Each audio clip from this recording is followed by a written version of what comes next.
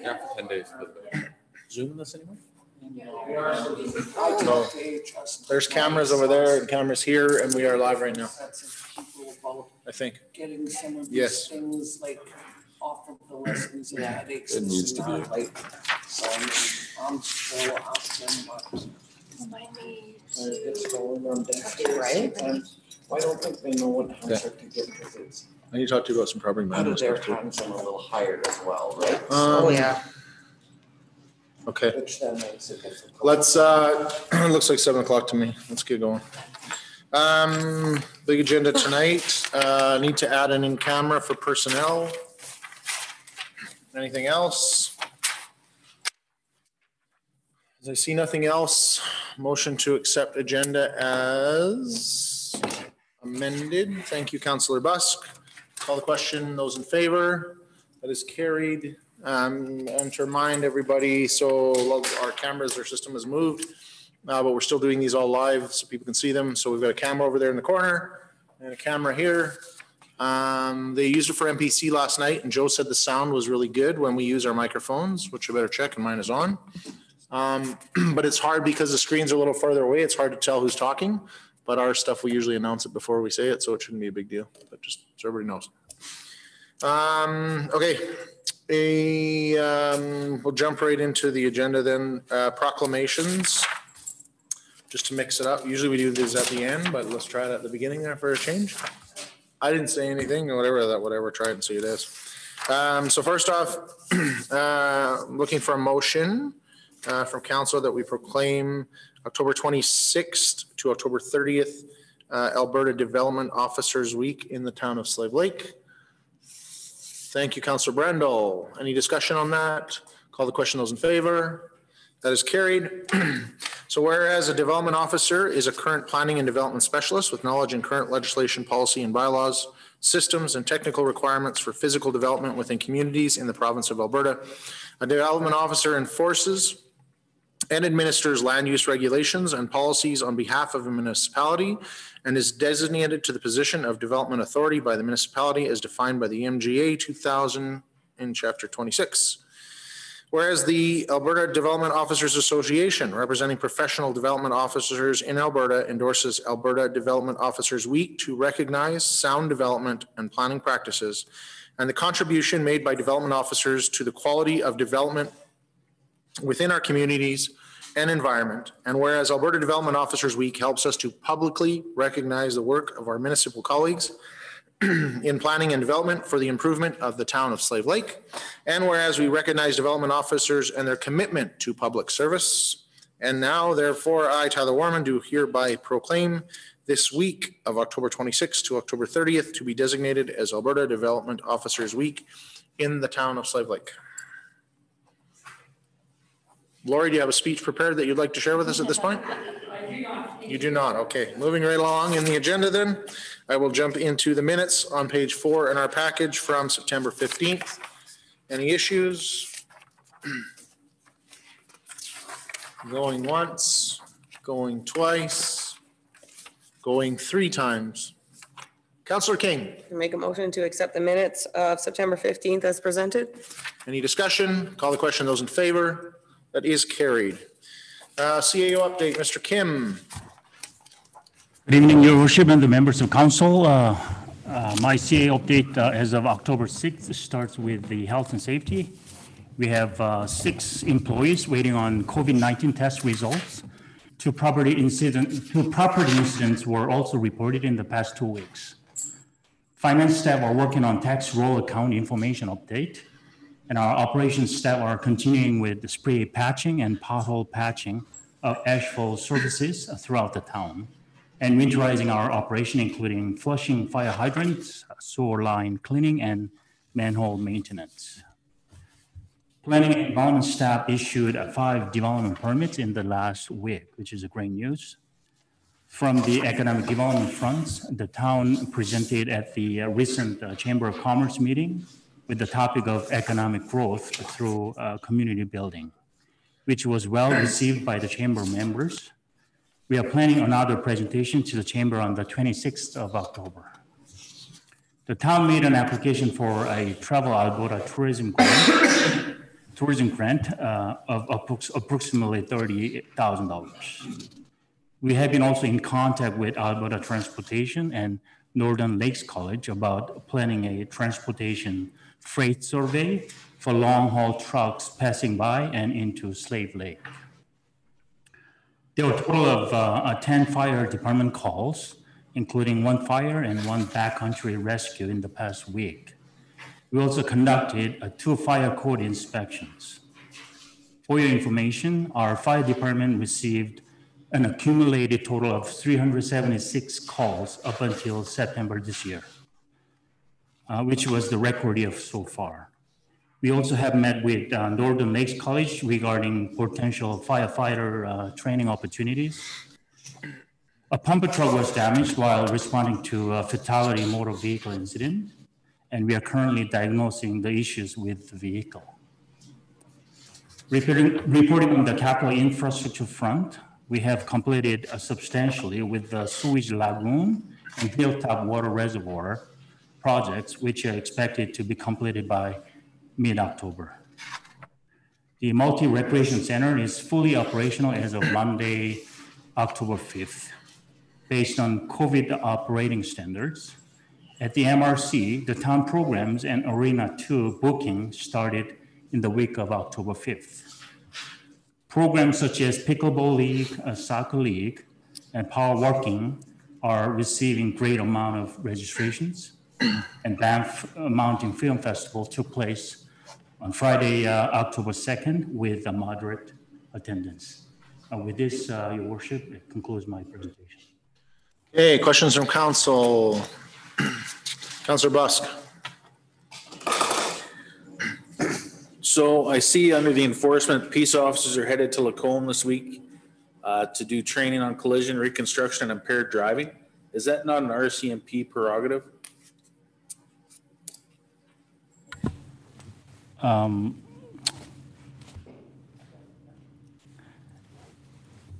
So as part of the Alberta Peace Officer Act, there are some statutory duties that our peace officer can do. And we are working between peace officers and RCMP to figure out some of the roles. So it is not really exclusive to the RCMP only. There are some statutory duties that peace officers can do. And as my understanding is, as part of that, they are conducting the training. It's not a download of services from the RCMP to the bylaw officers of our No, it won't. Because this is the first time in 10 years that they've had to go for this training that I'm aware of. Yeah, we've been told in past that they can't do any of that stuff. So, but we have also made motions to give them more authority. So this would be along those lines. But that wasn't passed by the Alberta government to get their further authorizations, correct? So yeah, I don't know. How are they being able to do this?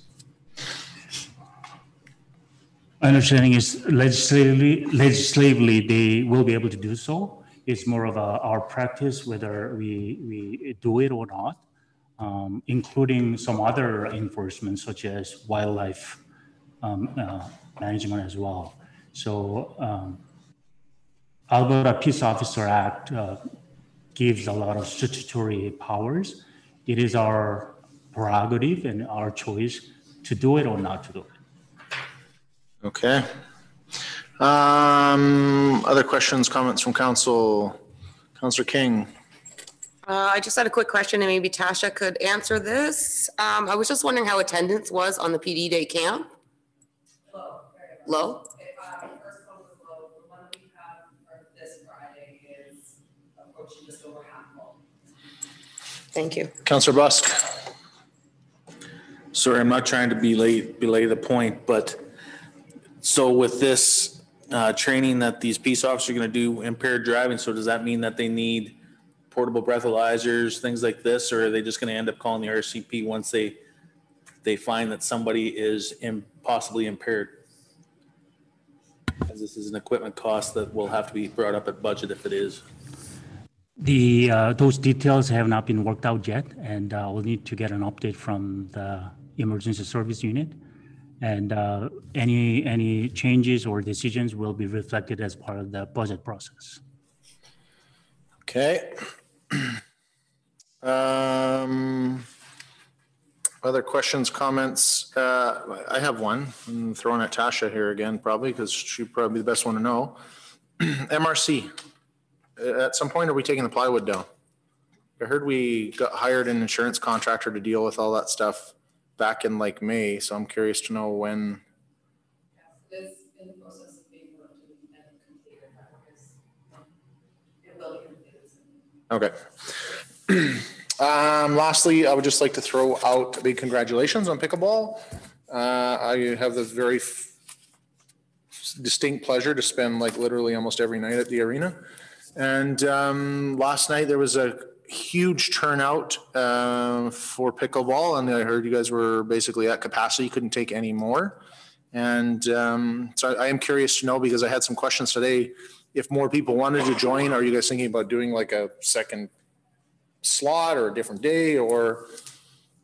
So I think the long-term goal is what will end up happening is come January, we'll run another learn to play pickleball. A lot of the people that are currently registered in this program will create a second program. It's more league play, not professional play. Okay. And so a lot of people who are currently registered will be more to league play. We'll then have a panel of people that will come through, and we'll have several meetings at the NRC that will be booked at capacity if we approach it. So if somebody wants to join next week, can they or not? No. Okay. Good to know. Okay. How many injuries last night? Just you? Okay. So as I see no other questions from council, I will jump into our first report, which Christina Ridley, with a little less hair, is going to do that report here by the looks of it. And Councillor Brandel is going to excuse herself. Please note.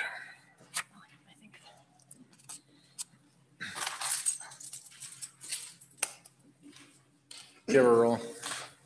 Okay, good evening, your worship and members of council. The purpose of tonight's report is to update you on the RFP proposal for realty services for the tax recovery auction sale held on January 10th. The background there, the town of Slave Lake held a tax recovery auction on January 10th, 2020 in council chambers. There were no bids on the properties during the process. With that, the auction was closed and we moved on to further steps. The town of Slave Lake followed the legal proceedings after the auction, called the municipal acquisition for execution, to act on behalf of this property, to proceed with the sale of the parcel of land and mobile trailer for recovery of property taxes. On March 27th, the legal documents were completed and title in respect of the property, showing that the town is now the owner of the property, subject to a tax forfeiture designation. Over the summer, the town has cleaned up the yard, stored the personal items from inside the unit in a storage unit. We had an independent appraiser inspect the property to provide us with an updated property value that was different from the assessed value at the time of the auction. We have followed the advice of our legal counsel on the steps to take in order to sell the property. In order to recover the taxes owing against the property, administration has sent out a request for proposal for realty services. The town submitted an RFP to the Alberta Purchasing Connection, which was posted on September 3rd to September 14th, as well as emailed our local realtors to ensure they received the RFP request. The town of Slave Lake only received one response for the RFP, which was Royal LePage. There were no other inquiries or submissions. Royal LePage has offered to provide services to sell the property at a rate of 7% of the selling price, and administration would like to reward the contract to Royal LePage. The estimated value of the property per the home appraisal value was $65,000, with outstanding and taxes and costs owing to the town of approximately $30,000. The value of the home appraisal does not guarantee the selling price. And with that, I would open it up to questions. Questions, comments from council? I see none. Councillor King. I'll make a motion that council directs administration to award Roy LePage the contract for realty services in order to sell the property with a legal description of lot 25, block 48, plan 297-1 TR. And just for my own benefit, to reiterate again, there was no other bid submissions received. Correct. Okay. Call the question. Those in favor? That is carried. Thanks, Roland. I imagine you're doing the next one too? Yeah. We'll just grab Councillor Brandel there.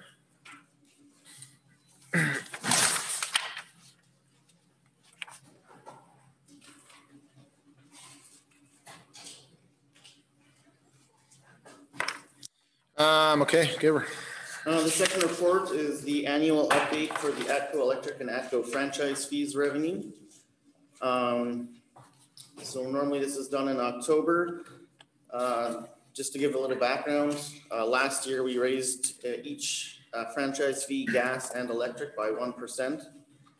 So 24.5 to 25.5 on the gas and 9.4 to 10.4 on electric utilities. These increased rates took effect after the process going through ACU on March 1st of 2020. Prior to last year's increases, the town has not changed these tariff revenues in over 15 years. Discussion on there, should council wish to increase the rates again this year, the approximate revenue generated for a 1% increase in both of the rates would approximate $90,000. Without raising rates, the projected increased revenue projections for 2021 versus 2020 per the Atco revenue projections is already at $100,000. Should council wish to raise that further, we could project $190,000 if you increase rates again. At this time, administration is recommending to council to keep the rates at the current 10.4 and 25.5. As with these rates, the increased revenue projection for 2021 is an additional $100,000 to help offset general taxation increases. Discussion. Councillor Busk. I'm in favor of keeping them the same. I think that it's been a hard year on everybody. I don't see it going away anytime soon, so I'm not in favor of increasing it at all. Okay. Other comments from council? Motion from council? Councillor Busk. Make a motion that council for the town of Slave Lake approves no increase of the franchise fee for Atco Electric at 10.4 and Atco Gas at 25.5 for the 2021 fiscal year. Any discussion? I'll just throw out there, usually I love to kind of wait and see how budget goes and look at this as a total process. But, we did make a change last year and went up 1%. And I think I agree with Councillor Busk, it's one to leave alone for this year. So as I see nothing else, I'll call the question. Those in favor of the motion? That is carried. Okay, bylaw number 22, 2020. Lori's here to give us information, but both of these ones coming up are first readings for applicants from The public, yes. from the public. So usually we don't debate these. Correct. So knowing that, to speed up the process here, I would just ask for a motion on page 22 of our package. Councillor McGregor.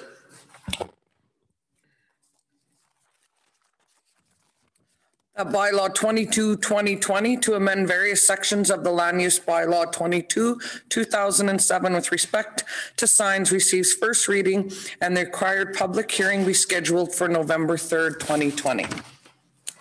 Call the question. Those in favor? And that is carried. We get another one of these right after on page 31 in our package. For those that are watching from the public while council is flipping through this, I will just say that applications that are generated by the public, we try not to go over them in too much detail or discuss them too much before they come forward.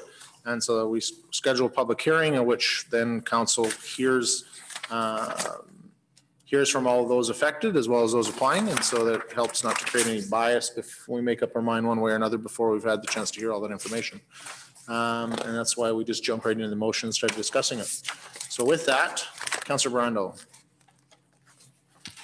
I'll make a motion that bylaw 23, 2020 to amend the land use district map of the land use bylaw 22, 2007 by redistricting lot 7 and 8, block 8, plan 1915 HW from C1 downtown mixed use commercial to district I institutional district, receive first reading and the required public hearing be scheduled for November 3rd.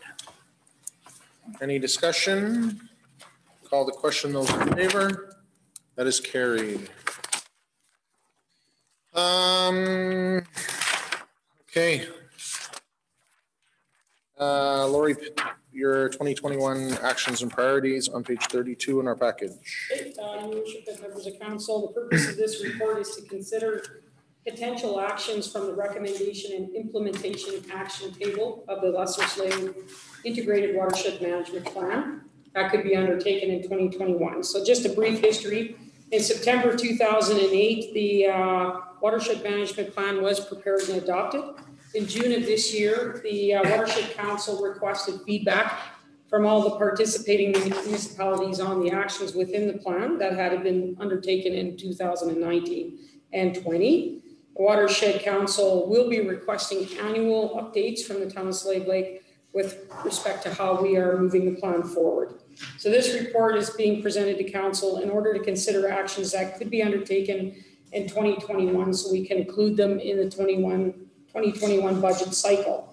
Attached is the recommendation and implementation action table, and it includes comments from the town on the progress so far on the various actions listed. There are numerous actions in the report that will require other actions to take place first before they can be considered. As such, we have not included those actions for consideration in 2021. So the following is a brief outline of potential actions for consideration in 2021. Action 10.3.3S, develop a master drainage plan for the town of Slave Lake. So the town does have a draft drainage master plan that was prepared in 2010. However, it was not adopted by council. Administration would like to update the plan and will undertake the project in 2 steps. The first will include a review of the existing plan and will contain recommendations for change. The second step will include development of a new drainage master plan, which incorporates recommendations from the review as well as information from the recently completed flood risk mapping and study done by Alberta Environment Parks. If the scope of the project is expanded to include a map of the stormwater outfalls and volume estimates for those outfalls, it would facilitate the ability to move forward with future testing of stormwater as indicated in 10.3.3S and 10.6.3A of the actions table. Kush Patel, the project manager, will present a report to council once the town receives the final flood risk study completed by Alberta Environment and Parks. With respect to cost, as a drainage master plan is a project being undertaken by Mr. Patel, there will be no additional costs identified as part of the recommendation and implementation actions table for 2021. 10.3.3W, promote stewardship of off-highway vehicle trails. The Watershed Council staff will send educational information that can be posted on the town's webpage and social media sites, so the cost is nothing to the town of Slave Lake with respect to that action. 10.4.3B, collaborate with the Watershed Council to develop a riparian strategy to monitor riparian areas and prioritize future restoration projects. If the town is interested in having riparian health assessments completed on the Sarge Creek, the Watershed Council has some funding available for this type of work. The cost is about $7,000 and would cover about 200 meters of the creek. The cost of the study changes based on how big of the area you want to assess. 10.4.3 is implement restoration measures at South Heart, West Prairie, and Lower Swan Rivers. Although these actions do not pertain to the town of Slave Lake, the Watershed Council staff will send education resources and materials regarding management practices for lakefront and riverside landowners to use in communication with residents. So again, no cost involved with that one. 10.6.3H, work with the council to circulate a notice to ratepayers regarding aquatic invasive species risks and stewardship. Again, the information will be sent to the town of Slave Lake so we can communicate and no cost. So we're recommending that council proceed with the actions that have no costs attached to them and provide valuable public education around watershed management, which are 10.3.3W, 10.4.3, and 10.6.3, which are listed for you there. Any questions? Questions, comments from council? Quiet group tonight. Councillor Brundle. Just the comment that free is good, and I like your recommendation. I thought you might like that. Free is good, but I have a question there. So in regards to the one that isn't free, to develop a riparian strategy and monitor riparian areas. Mm-hmm. So help me understand how this process, so I understand what riparian areas are. I understand what that they want to monitor some of these. So will this become part of a town process to be part of a bigger collective mission to keep an eye on those things? Or is this part of the development process that it's creating a new piece that a developer would have to go through? No, already a developer on the development side of the piece, the requirements would be to do a channel migration study so that we can set the development setback. So this has nothing to do with what would be required a developer and everything about what we would be doing as a municipality in terms of the riparian health within the Lesser Slave River. So we're being, the Sawridge Creek.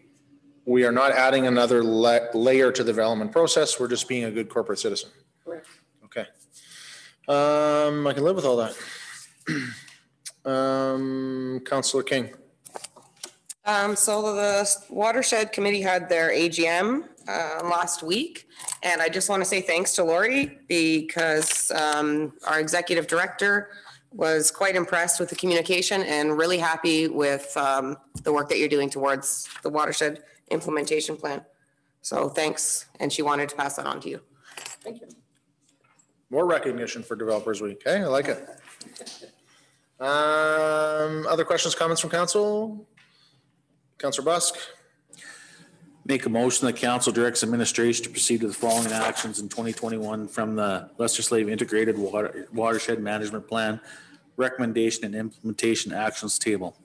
10.3.3W, promote stewardship of OHV trails. 10.4.3H, implement restoration measures at South Heart, West Prairie, and Lower Swan Rivers. And 10.6.3H, work with the Lesser Slave Watershed Council to circulate a notice to ratepayers regarding aquatic invasive species risks and stewardship. Any discussion? Call the question. Those in favor? That is carried. Okay. So that leads us to drum roll. First, my bylaw. So this has come back to us again. Hey, let's just keep kicking the can down the road here. So this is kind of the end of the road here. Without going through this a whole bunch of detail, council debated this at length at one of our previous meetings in September. And so there was some division amongst council and equally at the time, because there was an equal representation that night, largely in around two philosophies. That one, it's time to take a more proactive stance in regards to Fire Smart and how we build around our community and the neighborhoods that go in. And the other being that we need to be careful how aggressive we take that, and wanted a much more conservative approach to focus more on education and less on actual restrictions. And so we're split 50-50. Now, to Councillor Gramlich's benefit, because you weren't here last time, would you like Lori to go through and read the report?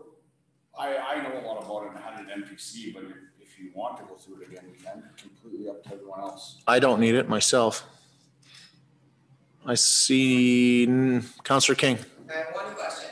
Because there was a lot of chatter about this amongst the community this week, a lot of chatter at the Chamber of Commerce meeting about this week.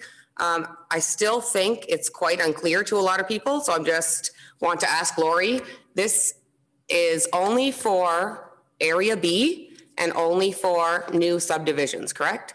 New developments within new subdivisions. In Area B. Area B. Not within the town, like, not within Area A. Like, if I'm going to build a house on 12th Street Southeast, this is not going to apply. Going to apply.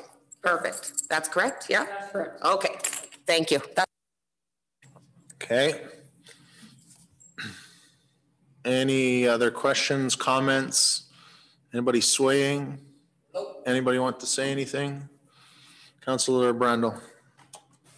I have not changed my mind. I just think that this is going to get your department into trouble and it's going to make your job harder.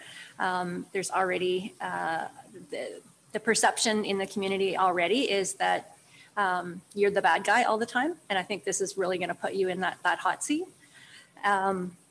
And the whole area A and B, I think it really has to be all or nothing. And I'm definitely not in favor of all. So yeah, I have to go nothing. So I'm not in favor. Okay. Other questions, comments? Councillor King. I'll just add, the more people I talked to and explained it to them, they were very confused and really thought this was a town-wide thing. And the more I explained that it was just area B that this was affecting, the more support it got. I think a lot of the confusion was that it was all new developments in town. Right. So I would throw a kickback there. So most people didn't want it because it affected them. And now they realize that it doesn't affect them. They're okay with it. Which hurts when we actually get to a point where we need to add stuff to the community and it's going to affect people and stuff is going to happen. So for that reason, I haven't changed my mind either. I'm with Councillor Brandel. So I would throw that out there.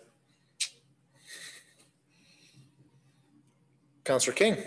And I'll throw back at you that once they threw that at me, that their thoughts were the outer edge of the community would be protected.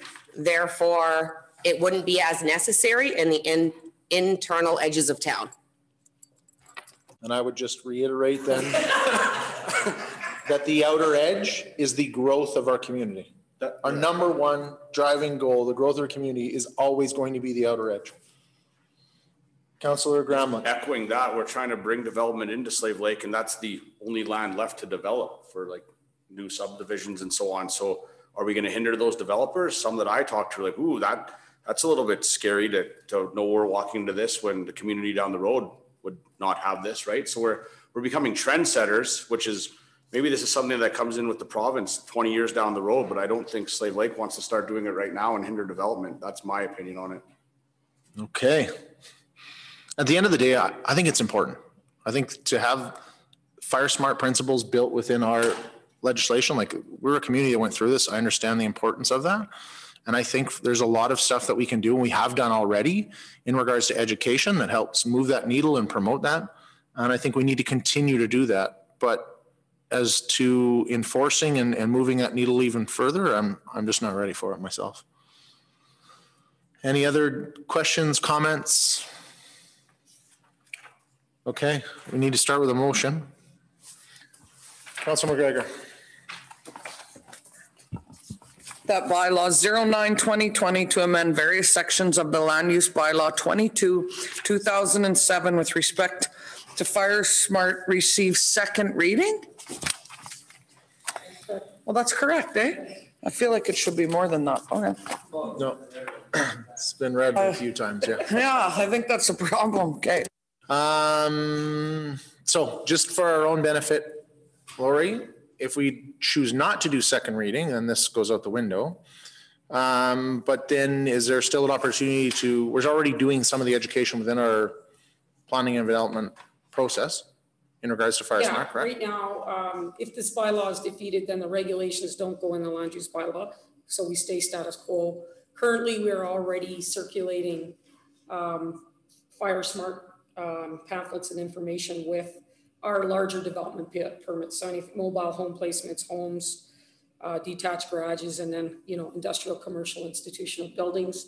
There's also an opportunity to take some of the information that would have made up the regulations and put them into another document, a little more specific to Slave Lake, that provides some more educational material that can go on the webpage and out with development permits or what have you. Okay. So even by not passing or even by not voting for a second reading, we're still going to be encouraging our community to use fire smart. It's still part of our process. You guys are going to still promote that as part of the planning and development process. Yes. Okay. Okay, call the question. Those in favor of a second reading of the motion? Those in favor? Those opposed? That is defeated. Okay. Great, thank you. Thanks, Lori. Okay, we'll jump into Mayor's Corner. So it feels like it's been a long time since we had a meeting. And I will say that was probably accurate. But in the meantime, there's been a few. So we had a meeting with the Friendship Center there, which has caused a flurry of debate there in our local newspaper. So that's always exciting for newspaper sales. But I will say that our meeting with the Friendship Center, I thought was good. You know, I think the purpose of our meeting back there on the Friday in September was to get a better understanding of the successes and challenges that the Friendship Center is having. Our administration and our council has been trying to work with that group, as well as the other groups and stakeholders in the community, to target some solutions and some wins and some successes to dealing with homelessness and vagrancy and a few other things. I think what I heard loud and clear from the Friendship Center is that they have a plan in place, one that will actually take us to another level than where we're at now. It hinges exclusively on using one building in town that is currently going through the planning and development process to determine if that's the right fit for the right neighborhood. And I heard that they want to continue to work with the town of Slave Lake. And I heard that they've been very happy with our administration, who has a lot of good ideas from experience that they've had, specifically our Director of Community Services, Gary Roth. And yeah, so I thought it was a good meeting to understand where everybody was going. And what I understood is that the Friendship Center at the moment has most of what they need. So, but I will say that they are hinging, they are betting, they are hoping on the public not pushing back on their plan to use the previous associate medical clinic as a facility there for next level of assistance in the housing first strategy. So we'll see what happens with that. The following Monday then we met, all the council met with RCMP and our bylaw officers, Director of Community Services, to have a discussion about more along those lines about vagrancy and homelessness, where we're having successes and where we're having failures. It was some good, interesting discussion because it's all about philosophy on you know, how we should react in our community. And so I will start by saying we understand and recognize that people have complex needs. Most of these cases are very different from each other. Most of these people have very complex needs that require a variety of resources. Some are from our community, some aren't. Some feel that the people that are in community have resources in their own community and should go back. And others feel that we should help whoever's here in our community when they need it. And so it is a big debate with no easy answer. And I feel like I'm a broken record saying this stuff all the time, but that's really how it ends up. We recognize as council that we have seen some camps throughout the summer where some of these people have set up. And there was good debate about whether we should crush these camps or let them go. And so, you know, council is mixed on that, and largely from the fact that I think we want to take more of an enforcement side, but our RCMP and bylaw have pushed back a little bit to say strategically there's some benefit to knowing where the people are and knowing where to go look for them, and that they're staying in one place and not moving around as much. So I think we struggle with some of that in our heads, but so far none of us think that we're smarter than the RCMP. So for right now, we're going to let them continue to take the lead and do strategically what they think is best for our community and see where things end up. I can't remember what day this was, so I don't think I talked about this before, but I had a great day with our CAO and Leah one day. We went out and did a tour of some tourism sites. We went out to the boat launch. We went out to the beach, stopped at the Bird Observatory, Martin Mountain. We hooked up with Willie one day out at Big Fish Bay just to get an idea of I thought it was important that our CAO and our economic development officer on council is very passionate about economic development and growth, that recognize the right people to connect with in that sector and see the possibilities that exist out there. We had intended to do another one with Mitsue Industrial Area, but had to reschedule, so probably we'll do that later this month and see how things go. Other than that, a few little HR things behind the scenes that we dealt with over the last couple of weeks. And the big one, lots of questions. Are we doing Halloween? Did the town council cancel Halloween? That's been a question that's been coming up. As of today, no, we have not canceled Halloween. I don't think we have the authority to cancel Halloween. Dr. Dina Henshaw came out with some stuff actually this week that talked about Halloween, that it's actually a holiday that is one of the probably easiest ones to social distance. And, you know, so some of the messaging that we will probably send out ahead of time, and Chris will help me with some video stuff, will be around the fact that, you know, it's a great one to social distance. Can some of the costumes contain masks? You know, some education with your kids that if there's 5 kids standing at the front door, maybe give them a little bit of room till they're out before you send up your group of 5 kids. Handing out candy outside the house. Lots of things. I think it can easily be done in a very safe manner with low risk. So I encourage everyone to have a very good, strong conversation with their children about Halloween, but I don't see it as a problem for our community with the current COVID situation and the current active cases myself. Other members of council might feel differently, but I think we'll be okay. With that, I got nothing else on the radar other than some in-camera stuff. So with that, what's that? Correspondence. Oh yeah, sorry. Correspondence Transportation. Let's go to that one.